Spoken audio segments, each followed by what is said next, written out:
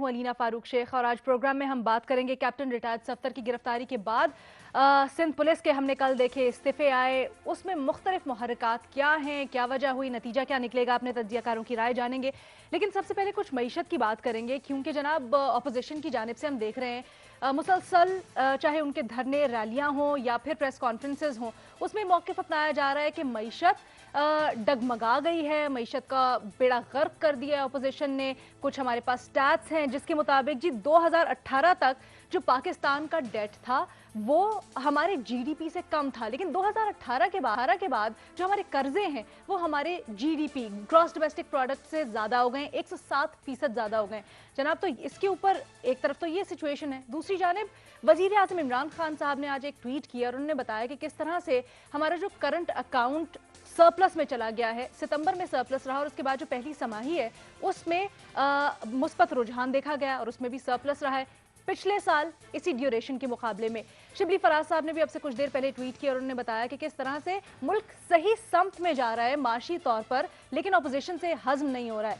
तो हमने आज ये तमाम तर सूरत हाल और दो राय जो हमें मिल रही है अपोजिशन और हुकूमत के बयानिए में, इसके ऊपर एनालिसिस लेते हैं कि हो क्या रहा है। तो जनाब वजीर आजम इमरान खान साहब जो कौम को खुशखबरी दे रहे हैं और कहते हैं करंट अकाउंट पिछले साल में पहली समाही के मुकाबले में सरप्लस हो गया है, बिलाखिर मुल्क दुरुस्त समत में चल गया है। अपोजिशन कहती है मुल्क का बेड़ा गर्क हो गया है माशी तौर पर। तो किसका मौक़िफ़ दुरुस्त है, अपोजिशन का या फिर वजीर आजम इमरान खान और उनकी हुकूमत का? पैनल पर आज हमारा साथ दे रहे हैं हसन निसार साहब, मुनीफ फारूक साहब, इरशाद भट्टी साहब, शहजाद इकबाल साहब और महमल सरफराज साहिबा भी हमें ज्वाइन करेंगे। शहजाद इकबाल साहब, पहले जरा आम आदमी की समझ में आ जाए, सादा अल्फाज में हमें समझा दीजिए। वजीर आजम इमरान खान मुबारकबाद दे रहे हैं, उनकी काबीना के अरकान कहते हैं कि दुरुस्त समत में जा रहा है मुल्क, दूसरी तरफ अपोजिशन है वो कहती बेड़ा गर्क हो गया मईशत का, आदादो शुमार भी कुछ ऐसा ही बताते हैं। तो आप किस तरह से देखते हैं सूरत हाल को? देखिए, कुछ इकोनॉमिक इंडिकेटर्स ने तो यकीनन इम्प्रूव किया है। जब ये हुकूमत आई थी उस वक्त आपका जो करंट अकाउंट डेफिसिट है वो 20 अरब डॉलर का हो चुका था और जो आपका ट्रेड गैप है वो बहुत बढ़ता जा रहा था, 45 अरब डॉलर के आसपास पहुंच गया था। तो वो तो यकीनन काबू में आया है और उसकी मुख्तलिफ रीजंस हैं। कहीं पे हमने कुछ टैक्सेस बढ़ाए हैं, डीवैल्यूएशन की वजह से आपकी इम्पोर्ट कम हुई है। इसके अलावा जो ऑब्वियसली कारोबारी सरगर्मियां कम हुई है उससे भी आपका इंपोर्ट मुतासर हुआ है। जब इंपोर्ट कम होता है तो ऑब्वियसली आपका ट्रेड गैप कम होता है।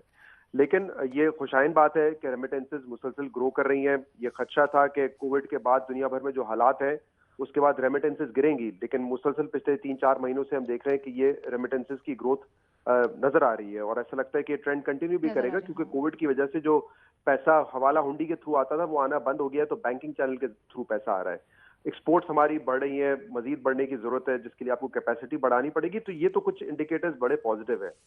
लेकिन इस वक्त मसला क्या है? इस वक्त मसला ये है कि ग्रोथ नहीं है। पहला साल जो इस हुकूमत का था 1.9% की ग्रोथ थी, दूसरा साल मनफी ग्रोथ रही कोविड की वजह से। तो जब तक ग्रोथ नहीं होगी, एम्प्लॉयमेंट जनरेशन नहीं होगी, रोजगार पैदा नहीं होगा, लोगों के मसाइल बढ़ते रहेंगे। और उससे बड़ा इस वक्त जो इम्पैक्ट है वो ये है कि एक तो रोजगार के इशूज है, लेकिन दूसरा महंगाई है। ये जो महंगाई है ना, ये एक आम आदमी की कमर तोड़ देती है और खासतौर पर अगर वो महंगाई खाने पीने की अशिया के हवाले से हो। 35% आप अपने बजट का इस्तेमाल करता है एक गरीब आदमी अपने खाने पीने की चीजों पे। तो अगर वो 20 से 25% बढ़ जाएगा 1-2 सालों में, तो इसका मतलब उसका जो टोटल जो घर का बजट है वही आउट हो जाएगा, वो बजट बना ही नहीं सकता। तो वो उसको यकीनन मुतासर करता है। तो ये दो बड़े इश्यूज हैं जिस पर हुकूमत अब तक कामयाब नहीं बल्कि नाकाम नजर आई है। ना ग्रोथ नजर आ रही है, ना ही इन्फ्लेशन कंट्रोल में वो कामयाब हुए हैं। चले कोविड की वजह से समझ आता है कि ग्रोथ दुनिया भर में मुतासर हुई है, लेकिन अफराते ज़र इस तरीके से मुझे बढ़ना। इस चीज का जवाब दीजिए शहजाद साहब, क्योंकि आपकी बड़ी इसके ऊपर गिरफ्त है इस चीज के ऊपर।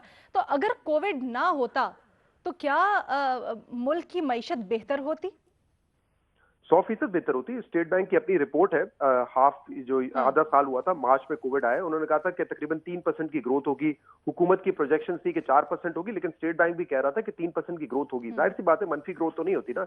इंडिया में आप देखें -20%, बरतानिया में -25%, तो वो हालात तो नहीं होते। लेकिन फिर तो भी मतलब उस हालात वो हिसाब नहीं से हो जाते। हुकूमत के मौक़िफ़ इसमें में मैं अगर आपको मुकम्मल करूं, ज्यादा जान लगती है। अगर हाँ। अगर अगर मैं नहीं, मैंने बिल्कुल ये नहीं कहा हरगिज। मैंने बल्कि आपको बताया कि अच्छा। दो जो इंडिकेटर्स ऐसे हैं जो कि एक आम आदमी को मुतासर करते हैं, वो उसमें नाकामी नजर आई है, जो कि है रोजगार पैदा नाकामी नजर करना आई है। और इन्फ्लेशन। ये दो बड़े इश्यूज हैं जिसको एड्रेस नहीं किया गया। एक मैं करेक्शन कर दूं प्लीज, और ये गालिबन एक हमारे इकोनॉमिस्ट हैं, उन्होंने ये कहा था कि आपका जो कर्जा हो गया है वो जीडीपी से बढ़ गया है, यानी कि 106% हो गया जीडीपी का। ये बिल्कुल गलत है। ये उसी तरह के नंबर्स हैं जो कि पीटीआई भी माजी में देती आई है। मैं चाहूंगा कि जरा इस प्लेटफॉर्म पे ये नंबर्स करेक्ट कर लें। जो टोटल कर्जा है ना पाकिस्तान के ऊपर, जिसको हम कहते हैं कि टोटल पब्लिक डेट, वो 87% है। ठीक है, ये जो फिगर है ना 106% जीडीपी का, ये है total date and liabilities. Total date and liabilities यानी कि कर्जा और वाजिबात जो है वो मिला के 106% हो चुका है। जो है आपके, और ये जो नंबर है इसमें ये पीटीआई के लिए कोई ये अच्छी बात नहीं है कि ये फिर भी 106% वाजिबात और वो मिला करें, क्योंकि ये वही नंबर है इमरान खान साहब जो कोट करते थे, जो सबके जहनों में इस वक्त बैठा हुआ है। 30,000 अरब 2 अदवार में कर्जा बढ़कर जो है 6,000 अरब से 30,000 अरब हो गया है। तो वो 30,000 अरब जो है अब वो 45,000 अरब के करीब पहुंच चुका है, जिसमें नया कर्जा भी है और जो डिवैल्यूएशन हुई थी उसकी वजह से भी आपका कर्जा बढ़ चुका है। तो वो जो 30,000 अरब था वो 2 साल में तकरीबन 45,000 अरब पहुंच चुका है।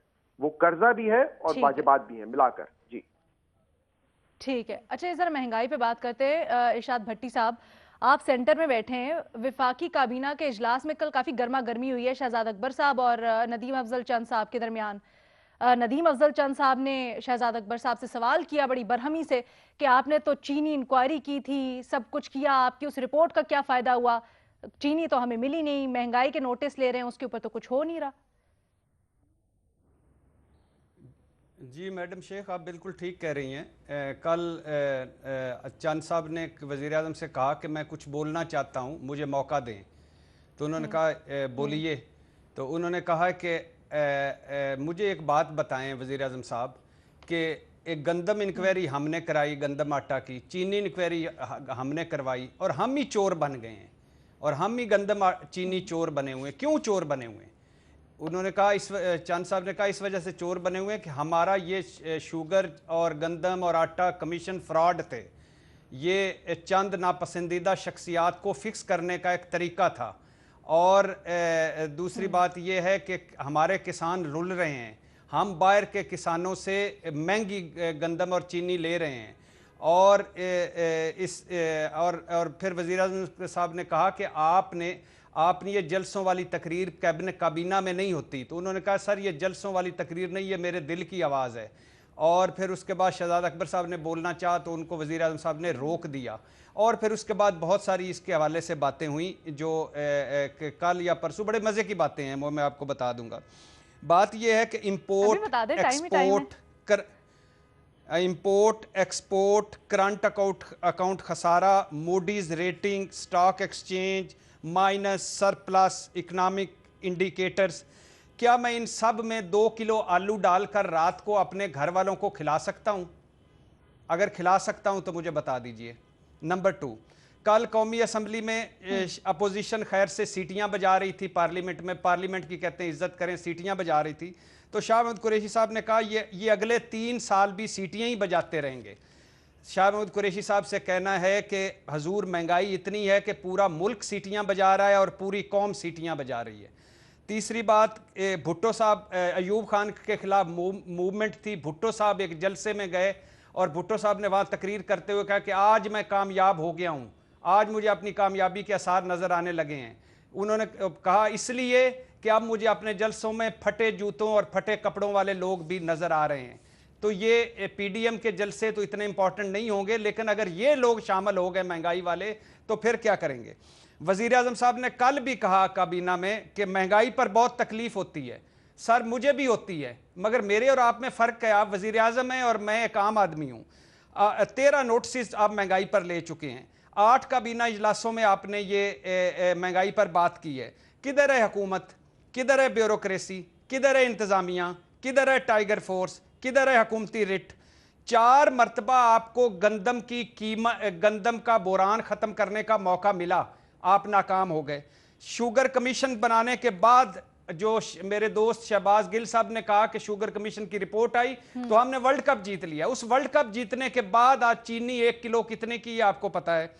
72% थी ये करंट, ये जो आपका कह रहे हैं कि ये जो खसारा था, ये जो जीडीपी से कर्जे से और 72% थे जीडीपी के, ये 87 हो जाएं या 100 हो जाएं, लेकिन ज्यादा हो गए हैं। 2150 अरब का कर्जा है, गर्दशी कर्जा।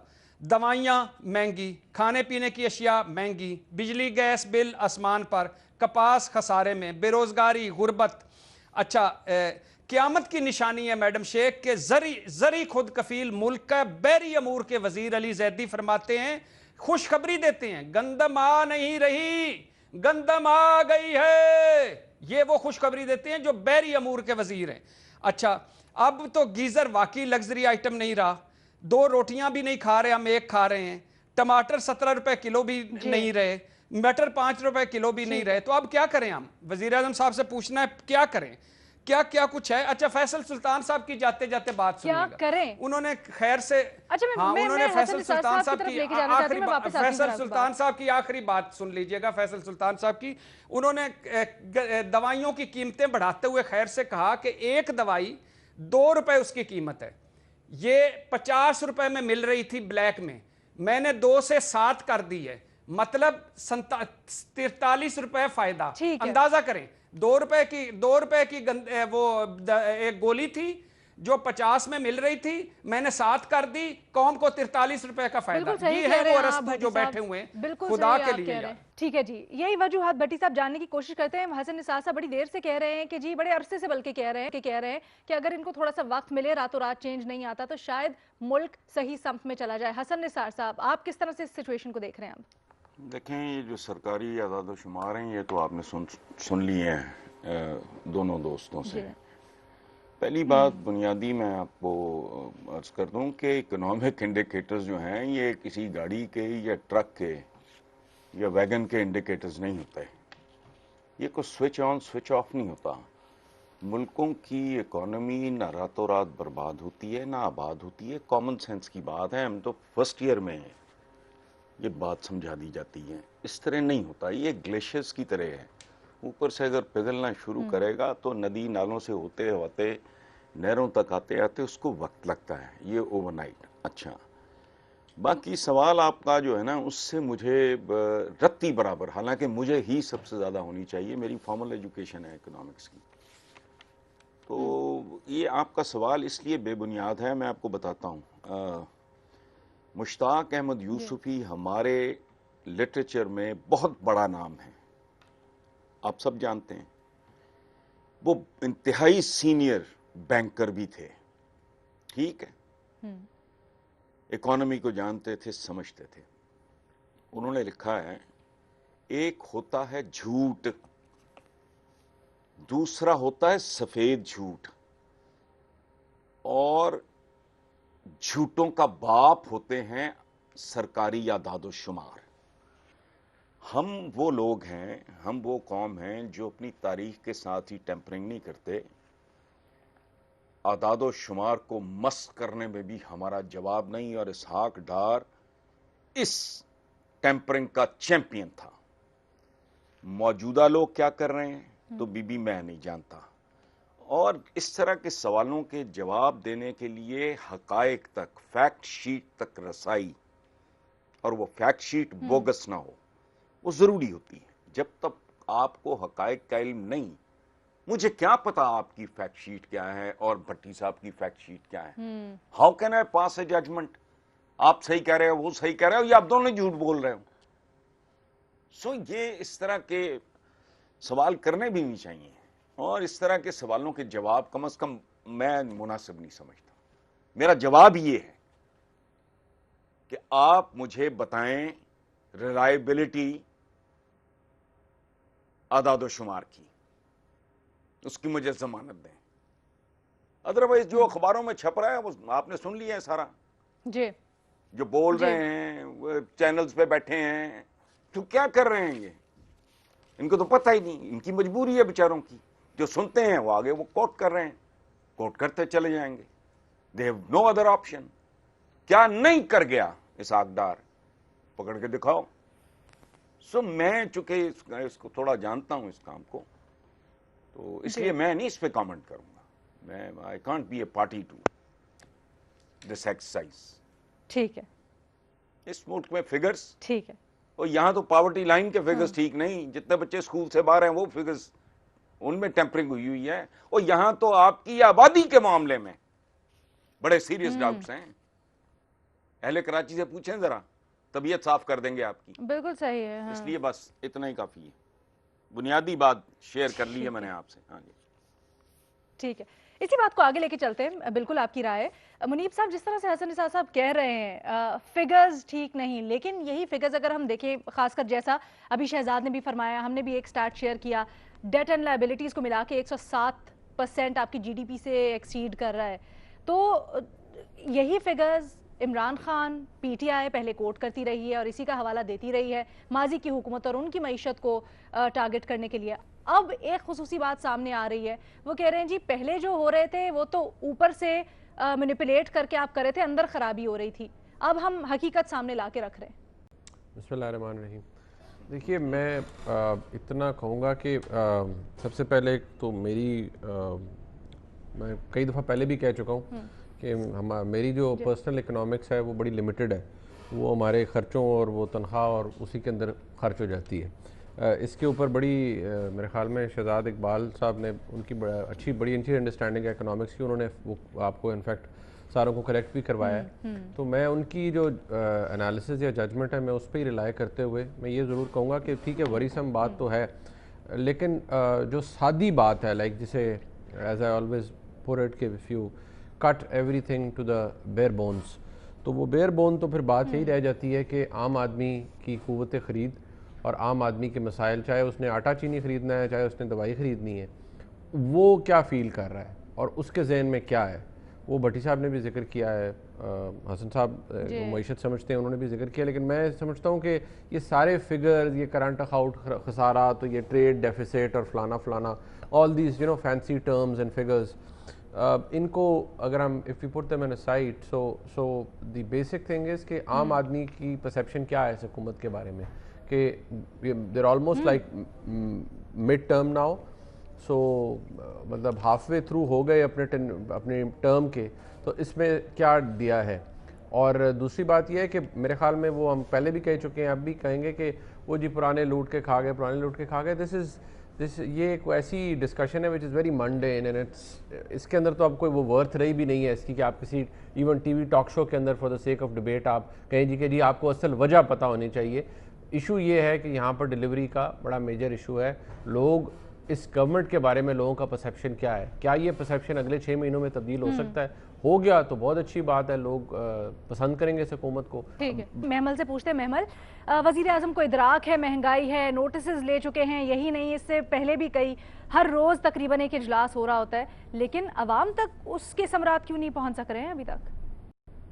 लीना, पहले तो मैं आपके बुनियादी सवाल पर आ जाती हूँ कि वज़ीर आज़म साहब की जो ट्वीट है, जो उन्होंने खुशखबरी भी दी है, जो करंट अकाउंट डेफिसिट जो कम हुआ है ना 3 महीनों में, जो फर्स्ट फिस्कल क्वार्टर होता है compare to last year's first fiscal quarter, उसकी वजह शहजाद ने वैसे बता दिया, लेकिन उसकी वजह यही है कि रेमिटेंसेस जो है हमारी वो 31% इजाफा हुआ है उनके अंदर पिछले साल के फर्स्ट फिस्कल क्वार्टर से। और उस इजाफे की वजह ये नहीं है कि ओवरसीज पाकिस्तानीज जो है वो पाकिस्तान में कोई सरमायाकारी करे या इंडस्ट्री खोल रहे हैं, जैसे कि शहजाद ने वो बात की कि असल में हुंडी हवाला कब हुआ है, क्योंकि हुंडी हवाला जो है वो मोस्टली होता है सफर के थ्रू, ट्रैवलिंग के थ्रू होता है, और क्योंकि कोविड की वजह से ट्रैवलिंग भी बंद थी, तो उसकी वजह से जो उनको भेजनी पड़े ऑफिशियल चैनल्स के थ्रू।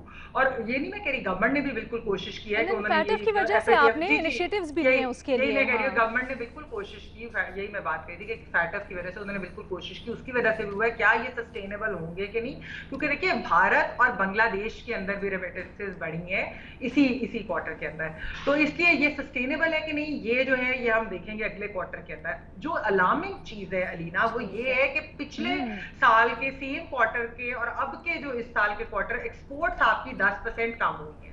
अगर कोई उसके ऊपर ये कहे कि जी वो कोविड की वजह से कि पेंडिंग ऑर्डर्स, लेकिन देखिए जून में इकोनॉमीज इंटरनेशनल खुलनी शुरू हो गई थी, तो हम ये भी नहीं कह सकते कि वो कोविड की वजह, बल्कि पेंडिंग ऑर्डर्स बढ़ने शुरू हो गए। दूसरी चीज उसके अंदर ये है कि भारत जो है, भारत के अंदर कोविड की सिचुएशन क्योंकि इतनी बुरी और हमने तो काबू पा लिया बड़ी कामयाबी से, तो हमें तो चाहिए था कि हम भारत की जो मार्केट लूज हुई उसको डाइवर्ट करते अपने तरफ, हम वो कैप्चर करते मार्केट।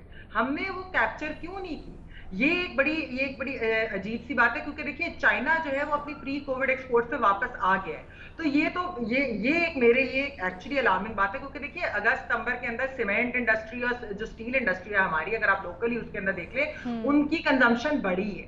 तो इसका मतलब इकोनॉमी तो खुली है ना, तो ये इसकी वजह क्या। और तीसरी और आखिरी चीज जो अलीना मेरे लिए एक वो भी है, वो ये कि देखिए अभी तो इम्पोर्ट्स जो हैं वो कम है, और वो इनकी एक पॉलिसी रही है कि इंपोर्ट्स इन्होंने कम भी किए। लेकिन देखिए इंपोर्ट्स जब इकोनॉमी ग्रो करती है ना, अभी तो ग्रोथ नहीं हो रही, लेकिन जब इकोनॉमीज ग्रो करती है तो फिर इंपोर्ट्स भी बढ़ती हैं, और जब इंपोर्ट्स बढ़ती है तो फिर करंट अकाउंट डेफिसिट भी बढ़ेगा। तब ये क्या करेंगे, अगर एक्सपोर्ट आपकी नहीं बढ़ रही, कमी आ रही है, और इंपोर्ट में अगर आपका इजाफा हो जाता है, तो मेरे ख्याल में ये सारी अगर चीजें देखें तो इसके अंदर थोड़ी सी जरा वरिंग भी। लेकिन आई होप कि हम लोग जो है इसको एक तो रेमिटेंसेस भी सस्टेन कर सकें और हम अपनी एक्सपोर्ट्स भी किसी तरह से बढ़ा सकें। ठीक है शहजाद इकबाल साहब, इससे पहले मैं ब्रेक पे जाऊं, जरा हमें मजीद वाजे कर दीजिएगा। हम निटी ग्रिटीज में तो जा रहे हैं यकीनन, क्योंकि यही फिगर्स इम्पैक्ट करते हैं हमारी जो सारी बुनियादी अशिया हों, हमारी डेली जो कंजम्पशन की आइटम्स हों उनको।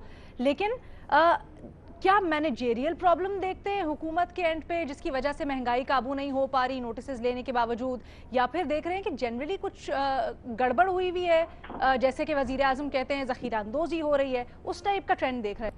देखें, अगर ये सवाल आप मुझसे परसों करती तो और मैं इसका जवाब देता तो शायद बड़ी तनकीद का सामना होता, क्योंकि जब हम कहते हैं कि ये गवर्नमेंट के अपने मैनेजेरियल एडमिनिस्ट्रेटिव इश्यूज हैं, सिर्फ माफिया कहने से कोई फर्क नहीं पड़ेगा।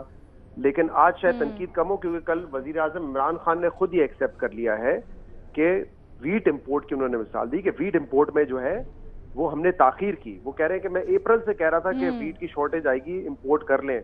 जून में कर सकते थे, जुलाई में कर सकते थे, पहले प्राइवेट सेक्टर को कहा। जब ताखीर हुई तो इंटरनेशनल मार्केट में जो वीट की कीमत है वो बढ़ना शुरू हो गई, और आज अगर हम वीट इंपोर्ट कर रहे हैं, बिल्कुल बड़ा अच्छा भट्टी साहब ने ये निशानदेही की। मैं भी वो ट्वीट देके अली जरी साहब को बड़ा हैरान हो गया था कि वीट इंपोर्ट करने पे शादियाने बजाए जा रहे हैं कि वीट आ नहीं रही, आ गई है। मतलब खुदा का खौफ करें, एक चीज जो पाकिस्तान में उगती है, जिसको हम एक्सपोर्ट करने की पोजीशन में होना चाहिए, उसको इंपोर्ट करना हम इतनी बड़ी कामयाबी दिखा रहे होते हैं कि जैसे पता नहीं कौन सा तीर मार लिया हमने। तो वो आपकी मिसमैनेजमेंट है। टाइमली आपने डिसीजन लिया तो फिर वो एग्जीक्यूट नहीं हुआ। अब वो नैब से डरे हुए थे ब्यूरोक्रेट्स या कोई और वजह थी, एक आम आदमी का तो इससे लेना देना नहीं है ना। वो तो ये चाहता है। और देखिए, ये जो स्टेट होती है ना, रियासत, उसके 2-3 बुनियादी काम होते हैं। उसमें एक फॉर्मल रियासत के ना 2-3 काम होते हैं। एक तो ये कि आपकी जो टैक्स मशीनरी ऐसी होनी चाहिए कि आपने सबसे टैक्स इकट्ठा करना है। दूसरा क्या बुनियादी एक काम है उनका, वो ये है कि आपने डिमांड और सप्लाई को मैनेज करना है। आपने देखना है कि अगर शॉर्टेज है तो आपने उसको पूरा करना है इंपोर्ट करके। दुनिया में ऐसे ममालिक हैं जो खुद अनाज उगाते नहीं है, वो चलते ही इंपोर्ट पर है, लेकिन वो टाइमली इंपोर्ट करते हैं तो कीमत नहीं बढ़ती। ये डिमांड सप्लाई मैनेज करनी है। अगर आप ये नहीं कर सकेंगे और फिर आप माफिया को बात करेंगे, लेट्स सपोज कोई माफिया और कोई कार्टेल एग्जिस्ट करता है, अच्छा, जो कि मुझे ना जल्दी से ब्रेक लेनी है, बस मुझे एक लाइन में ये आंसर दे दे कि अगर वजीर आजम इमरान खान आपको मुशीर मुकर्रर करते हैं, आपसे पूछते हैं कि महंगाई को कंट्रोल करना है या हंगामी बुनियादों पर क्या किया जाए, तो आप एक सलाह उनको क्या देंगे? एक तो ये जो प्राइस मॉनिटरिंग कमिटीज वगैरह है, वो तो जाके रिटेल लेवल पे, होलसेल लेवल पे प्राइस चेक करेंगी। लेकिन इसके अलावा जो आपने बर वक्त फैसले करने हैं, आप अपने लोगों को अकाउंटेबल ठहराएं। जिन लोगों ने आपको गलत आदतों में शुमार दी है, और उन लोगों को अकाउंटेबल ठहराएं। जब आपने कह दिया कि ये शॉर्टेज होगी और हमने ये टाइमली इंपोर्ट करना है ताकि हम उस गैप को मीट कर सकें, ताकि जखीरा अंदोज उसका फायदा ना उठा सके, वो आपने करना है काम। अगर किसी ने नहीं किया है उसको अकाउंटेबल ठहराएं, उसके सामने कार्रवाई होनी चाहिए। ठीक है जी, यहाँ पर एक छोटा सा ब्रेक लेते हैं। ब्रेक के आने के बाद हम कराची की सूरत हाल थोड़े डिस्कस करें। कैप्टन रिटायर्ड सफ्तर की गिरफ्तारी, उसके बाद जो सूरत हाल बनी पूरी की पूरी, उसके ऊपर सिंध पुलिस के आला अफसरान ने, बल्कि उसके बाद तो ट्रिकल डाउन इफेक्ट हुआ और नीचे ASIs तक पहुंच गई, सब छुट्टियों पर चले गए 2 महीने की। लेकिन उसके बाद army chief general Qamar Javed Bajwa साहब ने सूरत हाल का नोटिस लिया और कोर कमांडर कराची को हिदायत की कि फौरी तौर पर तहकीकात की जाए, तफ्तीश की जाए इस मामले की और रिपोर्ट उनको पेश की जाए। इससे कभी बिलावल भुट्टो जरदारी ने भी एक प्रेस कॉन्फ्रेंस की थी, उन्होंने गुजारिश भी की थी आर्मी चीफ से कि इस बात का नोटिस लिया जाए। खैर, आर्मी चीफ ने पहले ही ले लिया था। उस इससे पहले बिलावल भुट्टो की प्रेस कॉन्फ्रेंस से पहले वजीर आला सिंध साहब ने भी प्रेस कॉन्फ्रेंस की और इशारों किनारों में उन्होंने कुछ बात की। एक कमेटी बनाई गई है सिंध की तरफ से जिसमें मुख्तलिफ वज़रा होंगे और वो तफ्तीश करेंगे इस वाक़े की जनाब। लेकिन ये जो स्टैंड लिया गया है सिंध पुलिस की जानिब से, ऊपर से लेकर नीचे तक तमाम अफसरान छुट्टी पे चले गए और कहा कि हमारी बेइज्जती हुई है इस FIR को रजिस्टर करने से गिरफ्तारी के मामले पर और हमें हरासा किया गया है, तो हम छुट्टियों पर जा रहे हैं, इस तरह से काम नहीं कर सकते। एक डिसिप्लिन फोर्स में ऐसा नहीं होना चाहिए। बुनियादी सवाल हमने कुछ यूँ रखा है क्योंकि अब जो ओहदेदार हैं, वज़ीर आज़म का तो मौक़िफ़ नहीं आया, लेकिन हुकूमती ओहदेदार हैं जिसमें शहबाज गिल, फवाद चौधरी साहब भी हैं, वो लोग इसके ऊपर काफ़ी तहफ़्फ़ुज़ात उठा रहे हैं, सिंध पुलिस के ऊपर भी बात कर रहे हैं और सिंध हुकूमत को भी आड़े हाथों ले रहे हैं। तो जनाब सवाल कुछ यूँ है कि सिंध पुलिस का इस मौक़िफ़ पर डटे रहने की वजह क्या है? ओपन ऑप्शन है हम तुम्हारे एनालिस्ट के पास। और इरशाद भट्टी साहब, आपसे आगाज़ करते हैं। वज़ीर आज़म साहब की खामोशी पर सवालात उठ रहे हैं, फिर सिंध पुलिस इसके ऊपर डट गई है कि जी बेइज्जती हुई है हमारी, तो देखते हैं आप सूरत हाल को। देखिए, पहली बात तो मैडम शेख के आर्मी चीफ साहब का शुक्रिया कि उन्होंने बर वक्त टेलीफोन किए, बर वक्त इंटरवेंशन किए और एक बहुत बड़े बहरान से हम बच गए। नंबर 2, मिज़ार कायद पर जो बदतमीज़ी और बदतहज़ीबी हुई वो अफसोसनाक है। मरीम नवाज़ के होटल के कमरे का दरवाज़ा जो तोड़ा गया वो अफसोसनाक है। IG सिंध कहानी जो है वो अफसोसनाक है। अब कोर कमांडर इंक्वायरी करेंगे और उम्मीद है हक़ाइक़ सामने आ जाएंगे, मगर मुश्ताक मेहर साहब का अपना माजी का रिकॉर्ड सब के सामने मैं इस वक्त नहीं लाना चाहता कि वो क्या हैं, और इस वक्त सिंध हुकूमत और पुलिस कितना मिलकर सियासी खेल खेल रही है वो भी रहने दें। मैं हैरान हूँ कि इस सब कुछ से वज़ीर आज़म क्यों गायब हैं, और बिलावल को नहीं चाहिए था या वो ख़ुद वज़ीर आज़म को फ़ोन करते या किसी से फ़ोन करवा देते, और क्योंकि वो तो जमहूरियत और आइन और कानून पर बड़ा यकीन रखते हैं। फिर ये भी मेरा सवाल है कि कोई गरीब ये बदतमीज़ी बदतहज़ीबी मिज़ार कायद पर करता सीधा थाने ना जाता, उसकी चादर चार दीवारी पर PDM सिंध हुकूमत, हमारी सियासत और सहाफ़त इसी तरह खड़े होती। फिर एक मेरा ये भी है कि सिंध पुलिस सरबराह की तज़हीक हुई, पुलिस का मोराल गिर गया, लेकिन फ़ौजी सरबराह की जो तज़हीक होती है, जो कर रहे हैं ये सारे जमहूरे, उससे फ़ौज का मोराल बुलंद हो रहा है। सिंध पुलिस सरबराह तज़हीक हुई, बिलावल मुराद अली शाह इज़हारे यकजहती के लिए घर गए, अच्छी बात है। 26 महीनों की जो फ़ौज की रुसवाइयाँ और बेइज्जतियाँ हैं उसे छोड़ें। गुजरांवाला के जलसे में जो नाहल सजा याफ्ता और इश्तिहारी ने फ़ौज की आला क़यादत का नाम ले लेकर जो तज़हीक की, हमारी सियासत सहाफ़त कहाँ है, क्यों साथ खड़ी नहीं मिली? कोई एक सियासतदान गया है फौजी सरबराह के घर इज़हारे यकजहती करने के लिए? हम आज भी कहें कि नवाज शरीफ करप्शन पर पकड़े गए हैं, वो मुजरम हैं, वो सजा याफ्ता हैं, ना ना ना ना ना ना ना ना ना लिखिएगा साबिक वजीर आजम। नहीं जी मुझे ले जाने दें आप प्लीज, आपको अगर नहीं पसंद तो मुझे ले जाने दें। हम लिखें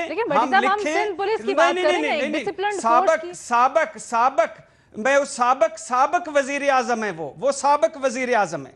फौजी सरबराह बिना किसी सबूत के मुजरम, अदालतें हैं, इलेक्शन कमीशन है, धांधली कमेटी है, कितने सबूत लाए हैं आप नाहली के? दो बड़ी मुझे नाहल कराया, सजाएं दिलवाई, और 3 साल खामोश क्यों रहे भाई? इन्हें दोबारा एक्सटेंशन के लिए वोट क्यों दिया भाई? अगर इलेक्शन जालसाजी से हराया, अगर सिस्टम से RTS सिस्टम बैठवा दिया, गिनती फार्म 45 तक सब जाली हैं, क्यों इलेक्शन बाइकआउट नहीं किया? क्यों असेंबलियों में बैठे? क्यों इतनी तवील खामोशी? ये झूठ है, ये मुनाफकत है। मैडम शेख, पुलिस की भी नहीं होनी चाहिए तज़हीक, किसी इदारे की नहीं होनी चाहिए तज़हीक, मगर डरें उस दिन से जब मुसलसल तज़हीक पर फौजी अफसरों ने छुट्टियों की दरखास्तें देनी शुरू कर दी। दुश्मन तो लुडियां डालेंगे मगर हमारा कख नहीं रहेगा। ठीक है जी। महमद सरफराज साहिबा। देखिए अलीना, मेरे ख्याल में इसकी जो डटे रहने की ना 2 वजूहात हैं। उसकी पहली वजह तो ये, जैसा कल भी हमने डिस्कस किया था कि जो CM मुराद अली शाह साहब की जो प्रेस कॉन्फ्रेंस थी ना, उसके अंदर कोई ज़्यादा जान नहीं थी और उन्होंने पुलिस के ऊपर कोई उस तरह का स्टैंड नहीं लिया था जो गालिबन सिंध पुलिस एक्सपेक्ट कर बड़े रही दबे थी, अल्फाज जो में। जी बड़े दबे अल्फाज में उन्होंने इधर उधर की बातें करके घुमा फिरा की, जिसकी वजह से बाद में चेयरमैन पीपल्स पार्टी बिलावल भुट्टो साहब को आकर और बिल्कुल उन्होंने डायरेक्ट अल्फाज में जिस तरह से उन्होंने पूरी वो बात करके उन्होंने सिंध, क्योंकि जब इतनी ज्यादा लीव की एप्लीकेशंस आ गई और समझ आ गई कि पुलिस जो है वो इस चीज से खुश नहीं है, उनका एक मोरल बहुत डाउन है, तो उसके बाद उन्होंने उनके लिए स्टैंड लिया। जब बिलावल भुट्टो साहब ने स्टैंड लिया तो उसके बाद आर्मी चीफ साहब की, आपको पता है कि उनको कॉल आई, बातचीत हुई, उन्होंने कहा कि इसकी तहकीकात होगी। तो एक वजह जो सबसे मेन वजह वो ये है कि आर्मी चीफ साहब पर एतमाद भी है, उनकी तहकीकात पर एतमाद है, सिंध हुकूमत को भी, सिंध पुलिस को भी, ऑपोजिशन को भी। आप आज देखें ना, ऑपोजिशन की भी आप अगर आज प्रेस कॉन्फ्रेंसेस देखें तो उन्होंने कहा कि 10 दिन तक, 10 दिन का वक्त दिया गया है, तो हम जो है कोई इसके ऊपर प्रोटेस्ट या कोई चीज नहीं करेंगे, हम इसके ऊपर कोई सियासत भी नहीं करेंगे। तो मेरे ख्याल में अब जो है सिंध पुलिस, अच्छा एक सिर्फ इसके अंदर मैं जरूर की, आपने बात की उनके बयान की, मुझे पीटीआई की इसके अंदर नहीं समझ आ रही कि हुकूमत जो है वो इस मामले को ठंडा क्यों नहीं होने दे रही। देखिए पहले जब एफआईआर नहीं कट रही थी तो पीटीआई के वुज़रा, पीटीआई के लोग जो थे वो धमकियां दे रहे थे आईजी को भी और चीफ सेक्रेटरी और वैसे भी। फिर जब एफआईआर कट गई उन्होंने तारीफें करनी शुरू कर दी उसी सिंध पुलिस की, जिसकी इस सब मामले के बाद वो दोबारा से जो है बुराइयां करनी उन्होंने शुरू कर दी है। तो बेसिकली जरा बता दें हुकूमत वाले कि क्या वजह है, क्या वो कहना क्या चाहते हैं और करना क्या चाहते हैं। तो खैर एनीवे मेरा तो इसके अंदर यही है कि सिंध पुलिस की एक तो सिंध हुकूमत यानी कि चेयरमैन पीपल्स पार्टी ने उनका जो साथ दिया और आर्मी चीफ पर उनका एतमाद कि वो बिल्कुल बहुत अच्छी तहकीकात कराएंगे और फेयर हो। ठीक है, ठीक है। मुनीफ फारूक साहब, आप इस मामले को कैसे देखते हैं? भट्टी साहब ने एक तरफ इशारा किया है, कहते हैं जी सिंध पुलिस और सिंध हुकूमत की ये मिली भगत है और साजिश है इदारों के खिलाफ। भट्टी साहब अपने नॉलेज के बेसिस पे कुछ कह रहे होंगे, मैं उसको चैलेंज नहीं कर सकता, लेकिन आधी बात वैसे छुपा गए भट्टी साहब, आज भी नहीं बोली उन्होंने। ठीक, पता नहीं, मैं उस पर कुछ नहीं कह सकता, भट्टी साहब की अपनी इन्फॉर्मेशन है।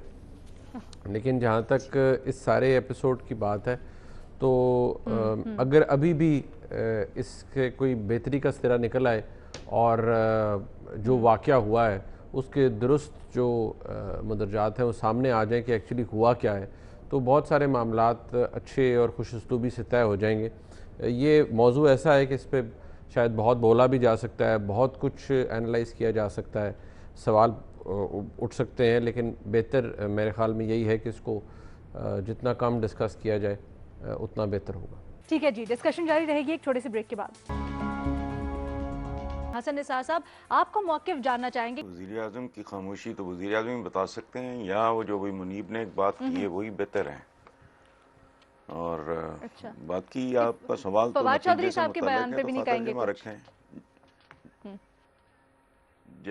जैसी रिपोर्ट होगी वैसा ही उसका नतीजा निकल आएगा, आप फिक्रमंद ना हुआ करें बहुत ज़्यादा। फवाद चौधरी ने क्या कहा है? फवाद चौधरी साहब कहते हैं कि बिलावल भुट्टो जरदारी ने इंक्वायरी का मुतालबा, तहकीकात का मुतालबा वज़ीर आज़म से क्यों नहीं किया? जहाँ उसको बेहतर लगा होगा उसने वहाँ कर दिया, इसमें क्या, इसमें कौन सा इशू है? ठीक है। और हसन साहब, थोड़ा सा हमने सवाल भी चेंज किया है, हमने पूछा जी सिंध पुलिस अपने मौक़िफ़ पे डटी क्यों हुई है, उस पर कुछ कहेंगे? वो नतीजे वाला नहीं है आप? उनके मौक़िफ़ पे फ्यूल ज्यादा होगा। ठीक है हसन साहब, आपको और किस ज़बान में समझाएं कि रहने दें, आप बात नहीं आ रही। मैंने कोशिश पूरी की, मैंने कोशिश की शायद हसन निसार साहब कुछ कह जाएं, लेकिन आज तो मैं देख रही हूँ कोई भी कुछ नहीं कह रहा। पंजाबी में ऐसे कहते हैं, ओ टल जाओ यार, टल जाओ। आप टल नहीं रही। नहीं, ठीक है ना, खुल क्या है ना, फिर कहें क्यों नहीं। मैं कम गो आदमी हूँ, को थॉट प्रोवोकिंग सवाल हो यार जिसके अंदर को दम हो, यानी एक क्लरिकल सा लेके बैठ जाता। ठीक है जी, फिर हसन निसार साहब का पेंडोरास बॉक्स हम बंद कर देते हैं, अभी बंद ही रहने देते हैं बल्कि। शहजाद इकबाल साहब। हाँ जी, देखें समझ आ रहा है कहाँ से शुरू करूं। ये इतने दिन से जो तमाशा लगा हुआ था, कल भी हमने देखा कि न्यूज़ फ्लो बड़ा कल भी जो है तेज था। देखिए मुझे तो ये समझ नहीं आती कि ये रोजाना का तमाशा जो है ना, ये ऑपोजिशन को तो सूट कर सकता है, ये हुकूमत को सूट नहीं करता। तो ये पता नहीं कि क्यों इतने रिएक्शनरी मोड में आए हुए हैं, इम्पल्सिव फैसले हो रहे हैं यहाँ पर। 2 जलसे हुए हैं, हुकूमत कहती है कर रहे हैं जितने जलसे कर रहे हैं, कुछ नहीं बिगड़ना हमारा, तो थोड़ा सा सुकून करने की जरूरत है। इतनी कोई FIR कटवाने की और ये जल्दबाजी करने की, अरेस्ट की, इसकी जरूरत नहीं थी। देखिए हमारे यहाँ सियासी है पुलिस, तमाम सूबों की है, कहीं ज्यादा होगी कहीं कम होगी, ये इल्जाम तो उन पे लगते हैं। ऐसे इल्जाम है, पुलिस खुद भी उनको डिनाई नहीं करती है। लेकिन ये जो कुछ हुआ है, मेरे ख्याल से हम सबको मालूम है कि ये एक हद पार हुई है। IG को घर जाके घेराव करके उठाना, फिर वो फैसले करवाना, मेरे ख्याल से ऐसा तो कभी हमने नहीं देखा है। सियासतदानों ने भी कभी, हमने पता नहीं, मुझे नहीं पता, हसन निसार साहब शायद बेहतर बता सके कि सियासी तारीख में ऐसा देखा है या नहीं देखा है।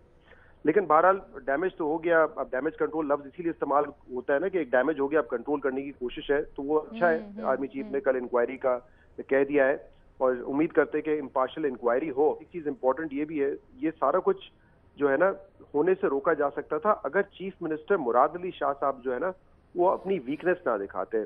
ये तो बात ठीक है, हम सब ने भी, महमल ने भी बात की प्रेस कॉन्फ्रेंस में। अच्छा, वैसे ये भी क्यों हुआ शहजाद? जब चीफ मिनिस्टर साहब आए, बड़े हल्की उन्होंने एक प्रेस कॉन्फ्रेंस की, लगी लिपटी, उसके बाद बिलावल साहब आते हैं, वो उनका एक बिल्कुल, ये क्यों था? हमें अलीना मैं आपको एक खबर यहाँ पे दे देता हूँ। ये प्रेस कॉन्फ्रेंस की बात तो सब कर रहे हैं, जो उनकी वीकनेस थी उन्होंने तो बात ही नहीं की ना, IG के इशू पे उठ के चले गए। खबर ये है कि जो पुलिस के हाई अप्स थे वो उस रात चीफ मिनिस्टर से बार बार पूछ रहे थे कि हम पे बड़ा दबाव है, पहले FIR का था, अब अरेस्ट का है, हमें क्या करना है। उनको जवाब नहीं दिया गया। ये नहीं कहा चीफ मिनिस्टर ने कि आप अरेस्ट कर दें, लेकिन साथ साथ उन्होंने ये भी नहीं कहा कि ये अरेस्ट नहीं होना चाहिए। अगर चीफ मिनिस्टर साहब इंटरवीन करके ये कह देते कि ये अरेस्ट नहीं होगा, तो फिर जहां से भी दबाव आता पुलिस उस दबाव को रोक सकती थी। वो कह सकती थी कि हमें चीफ एग्जीक्यूटिव, सूबे के चीफ एग्जीक्यूटिव ने कहा है कि ये अरेस्ट नहीं होना है। CM साहब ने ये नहीं किया। CM साहब ने कहा हम इस मामले को सुबह देखेंगे। ये मैं आपको बड़े वसूख से बता सकता हूं। ये मैंने हुकूमती जराये से भी कंफर्म किया है और पुलिस जराये भी यही कह रहे हैं कि उस वक्त चीफ मिनिस्टर ने कहा कि हम इस मामले को सुबह देखेंगे। अगर वो ये उस वक्त फुट डाउन और ये कहते हैं कि अरेस्ट नहीं होना चाहिए क्योंकि मामला बिगड़ जाएंगे इस अरेस्ट से। अच्छा, ये आगे लेके चलते हैं खबर। ये बड़ी इंपॉर्टेंट आपने इनसाइट दी है शहजाद भट्टी साहब। ये बताइए वजह क्या हो सकती है? मुराद अली शाह साहब जो कि उस तरह तो कह रहे हैं बिलावल साहब मैं मुंह दिखाने के काबिल नहीं रहा, तो उस वक्त मुराद अली शाह साहब ने स्टैंड क्यों नहीं लिया? वो हसन निसार साहब की बात को आगे बढ़ाता हूँ कि शायद उनके पास स्टैंड हो ही ना, स्टैंड बिलावल साहब के पास हो या किराए पे दिया हुआ हो उन्होंने बिलावल साहब को अपना स्टैंड कि आप ले लीजिएगा, मैं उनके पास बगैर स्टैंड के कोई एक स्टैंड हो। देखिए अलीना, अगर मुझे इस पे अगर मुझे मुकम्मल करने की इजाजत दे दे। बात ये है कि जल्दी से कर लें, शहजाद दो चीजें। हाँ, मैं माजरत चाहता हूँ शहजाद साहब से। बात ये है कि बेसिकली ये है कि ये जो कुछ भी हुआ इंक्वायरी में सामने आएगा और जो हमने सुना है कि आर्मी चीफ ने कहा है कि जिसने भी जो कुछ किया उसको सजा मिलेगी। लेकिन जो कुछ भी हुआ, अब ये मैं हैरान हूँ कि सिंध पुलिस IG साहब मुराद अली शाह चुप रहे, IG साहब उनको ले गए, 4 घंटे उनको रखा, जो कहानी सामने आ रही है। उसके बाद उन्होंने FIR भी हो गई, उसके बाद उन्होंने ट्वीट भी कर दिया, ट्वीट डिलीट भी कर दी, फिर दोबारा ट्वीट कर दी, फिर कैप्टन सफदर को पुलिस ने गिरफ्तार भी कर लिया। अच्छा, फिर अदालत में उनकी जमानत की मुखालफत भी की। और इसके बावजूद ये मी वक्त पे मैं रो के और अब हीरो बने बैठे और अब सियासतें खेल रहे हैं। ठीक है, पूछते शहजाद साहब ये जरा जल्दी से, आपके पास इंसाइट है तो हमें जवाब दे दें। ये वो वाली बात है कि जी विकेट के दोनों जानिब खेल रहे हैं?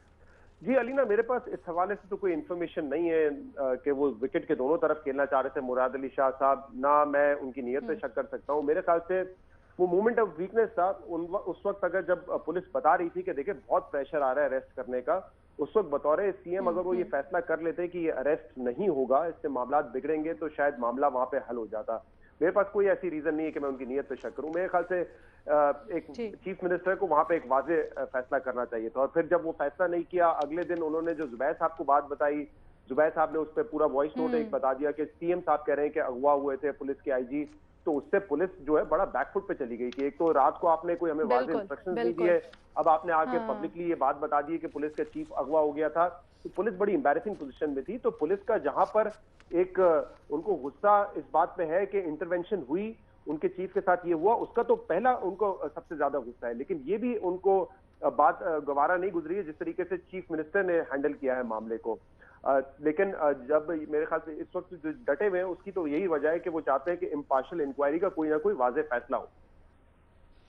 ठीक है, अच्छा एक और चीज पे जरा, क्योंकि इनसाइट है आपके पास, भट्टी साहब कह रहे हैं कुछ सियासत हो रही है सिंध पुलिस और सिंध हुकूमत की मिलके, उसके ऊपर कैसे देखते हैं? देखिए, मुझे नहीं लगता, एक तो जितना मैंने पता किया है ये पुलिस का अपना फैसला था कि उन्होंने छुट्टी पे जाना है। हाँ, ये जरूर हो सकता है कि वहां पर ये कहा गया हो सिंध हुकूमत की जानिब से, पीपल्स पार्टी की क़यादत की जानिब से कि ठीक है, अगर आप ऐसा कोई फैसला करते हैं तो हम पीछे आपके खड़े हुए, इस हद तक हो सकता है। लेकिन देखें, जो गुस्सा है पुलिस में वो तो है, उससे तो कोई इनकार नहीं किया जा सकता। वो बात तो तमाम अफसर कर रहे हैं और इसीलिए आपने देखा कि इतने सारे वो छुट्टियों की दरख्वास्त आ गई।